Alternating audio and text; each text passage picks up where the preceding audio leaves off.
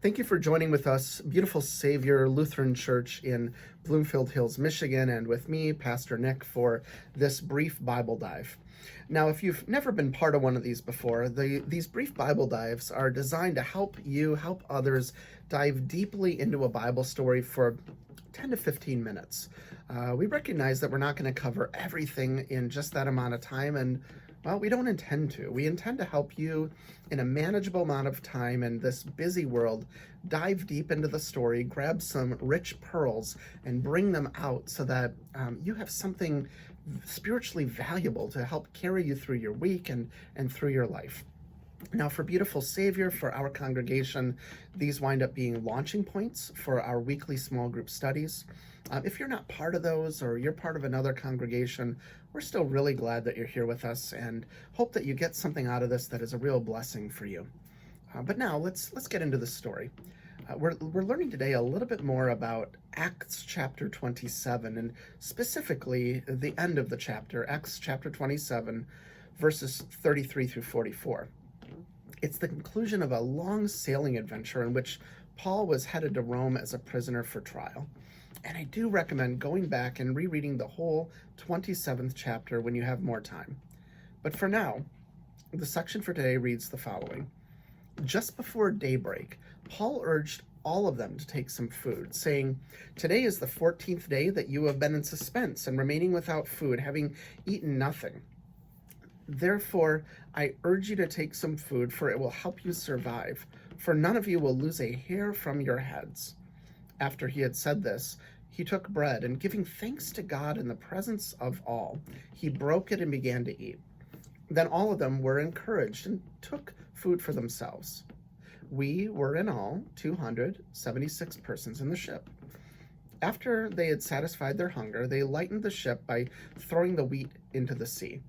In the morning, they did not recognize the land, but they noticed a bay with a beach, on which they planned to run the ship ashore if they could. So they cast off the anchors and left them in the sea. At the same time, they loosened the ropes that tied the steering oars. Then, hoisting the foresail to the wind, they made for the beach. But striking a reef, they ran the ship aground. The bows stuck and remained immovable, but the stern was being broken up by the force of the waves. The soldiers' plan was to kill the prisoners so that none might swim away and escape. But the centurion, wishing to save Paul, kept them from carrying out their plan. He ordered those who could swim to jump overboard first and make for the land, and the rest to follow, some on planks and others on pieces of the ship. And so it was that all were brought safely to land. Now, for this brief Bible dive, we're gonna begin by really digging in a little bit to the nautical world of the first century, and specifically the nautical world of the Mediterranean Sea in the first century. The reading we just heard is the conclusion of a chapter-long recounting of part of Paul's journey to Rome to stand trial. And as I mentioned, if you have time to go back and read all of chapter 27 of the book of Acts, I highly recommend it. At the very least, it's a fun read. It's a fascinating story. But more than that, one can hear God at work through nature and through people, and through Christians and through non-Christians alike.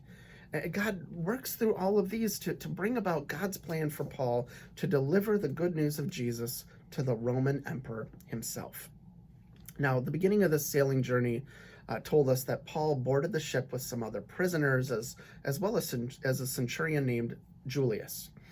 There was also Aristarchus, a Macedonian from Thessalonica. Aristarchus also appears in Acts chapter 19, verse 29, Acts chapter 20, verse 4, and in the book of Philemon, verse 24. There's no chapters, it's so small, so Philemon 24. Other people also joined this journey at various stops before heading out into the Mediterranean towards Italy.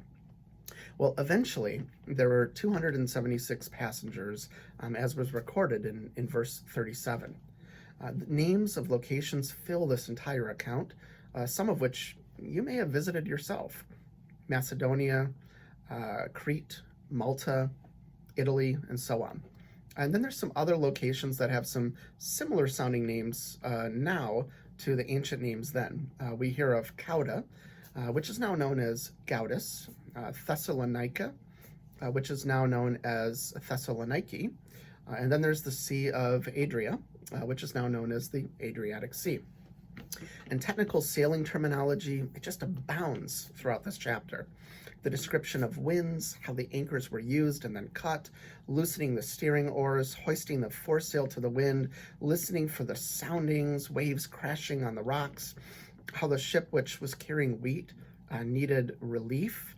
And actually on that note, about the wheat, the Roman emperor knew that people needed to be kept fed to be happy. And if they were happy, they were much less likely to revolt, bred in circuses. So wheat was carried all across the Mediterranean, and this ship apparently had it on board. In this case, we hear in this chapter that the sailors needed to jettison a bunch of the wheat because it became wet, and wet wheat would become heavier and expand and thus result in greater damage to the vessel. It's really a neat aspect of the story, too, that we hear the frequent use of the words we and us. Now, this has really prompted some fun debate about this passage. We know that Luke, who also wrote the Gospel according to Luke, wrote the book of Acts as well. And by tradition, Luke was a physician and someone who cared greatly about details and descriptions, and as any good physician would. We also know that Luke traveled with Paul quite a bit. And so the question at hand is whether Luke was quoting from his own travelogue or was quoting from somebody else's travelogue. But it does appear he definitely was quoting from a travelogue. But either way, we know that this is a first-hand account because of that. It's a first-hand account of a perilous nautical journey to Rome. So let's get into how this story affects our lives in the 21st century, how we might view it through our 21st century set of eyeglasses. This story undeniably points to God working through people who are not Christians and through institutions that are less than perfect and certainly not godly. And God is doing this to bring about God's own plan. Let's go through some of the examples. First, Paul was a Roman prisoner throughout this experience. However, Paul was also a Roman citizen, which gave him unique benefits and protections when others didn't have them. An example of that is, Paul was eventually beheaded for his faith in Jesus. But, Peter was crucified for his faith in Jesus instead of, being beheaded, and it all happened during the same wave of persecution. Roman citizens, which Paul was, Roman citizens were granted beheading because it was not the tortuous form that crucifixion was. You might recall that we actually get the word excruciating from the word crucifixion because it was just that bad. Furthermore, Paul was a prisoner on this ship, but really a prisoner in a protective kind of way. Paul was offered to be released earlier in this book from his charges of being a follower of Jesus, but Paul appealed his case to a higher power, which only a Roman citizen could do. And who was that higher power? It was the Emperor Nero, who was essentially the Supreme Court of the Roman Empire. So Paul is this prisoner in this part of the book as a form of protection to allow him to testify before the Caesar.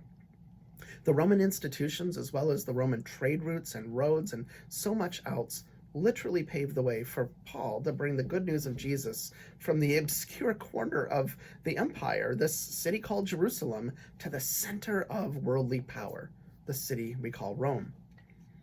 We also know it's Julius, a centurion who worked for the empire, who saved Paul's life. The soldiers on board planned to execute all the prisoners because, it would have brought them less consequences from Rome than if the prisoners had escaped. Now, of course, escape would have been implausible, it seems, since they were on an island surrounded by rough seas, but still, it was a pagan who brought about God's will of Paul's life being saved so that he could get to Rome.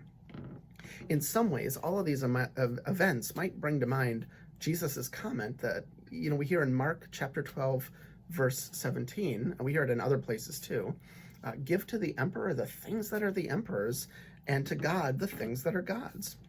Because as we see, even the things that belong to the emperor belong to God. God is the ruler of heaven and earth. And so, even though an institution or a person may be as far removed as we could imagine from following after God, all God has to do is metaphorically snap the divine fingers, and those institutions and people can knowingly or unknowingly become agents of God's will. And it's not just here where we witness this happening. Think back to the conquer of Jerusalem by the Babylonians under Nebuchadnezzar, the taking of the people into exile, the conquering of the Babylonians by the Persians, and the return of the Jewish people, to Jerusalem. Those are just a few examples, important examples, but just a few examples of God working through people who did not know God nor desire to even have a relationship with God. It'll just so happen that in the next chapter of Acts chapter 28, the pagans on the island of Malta will wind up being hospitable in helping Paul and his traveling companions spend the winter safely before they continue their journey to Rome. So unsurprisingly, where this takes place, the island of Malta, it's considered to be one of the first areas really mostly converted to following Jesus. I mean, it makes sense, right? I mean, if Paul could share the good news with someone and they became a Christian in just a few hours, there's no surprise, that he could do a little bit more than that with an entire island over an entire winter. I mean, with this, what that reality leads us to consider is where we see God at work through non-Christian institutions and less than perfect and maybe ungodly institutions and people today. Because after all, in some of these examples we've just discussed, people wound up learning about Jesus through being used by God. They wound up learning about Jesus and even began to follow Jesus as a result of their unintentional willingness to help bring about God's will. So a few questions for you to focus on this week then are this. What opportunity is God revealing to you during your current storm in life? What opportunity is there for you? And when have you found yourself maybe like Paul, maybe being calm and steady during a storm when others were anything but? And as you ask these questions, especially that one about what God is revealing to you during the storm, you may find it helpful to ponder some harrowing adventure that you've already experienced and through which God has already brought you safely. Because it does add perspective. We've been through storms before. We will be through storms again. God will get us through this storm. And based on what we heard in this chapter, maybe with people that don't even know God, because God can bring all things together for good, because God is the God of heaven as well as earth. Thank you so much for joining with Beautiful Savior Lutheran Church and with me for this brief Bible dive. If you want to learn more about our congregation, Beautiful Savior in Bloomfield Hills, Michigan, we'd love to have you check out our website, bslcmi.org. That's bslcmi.org. So go out now, love God, and love your neighbors.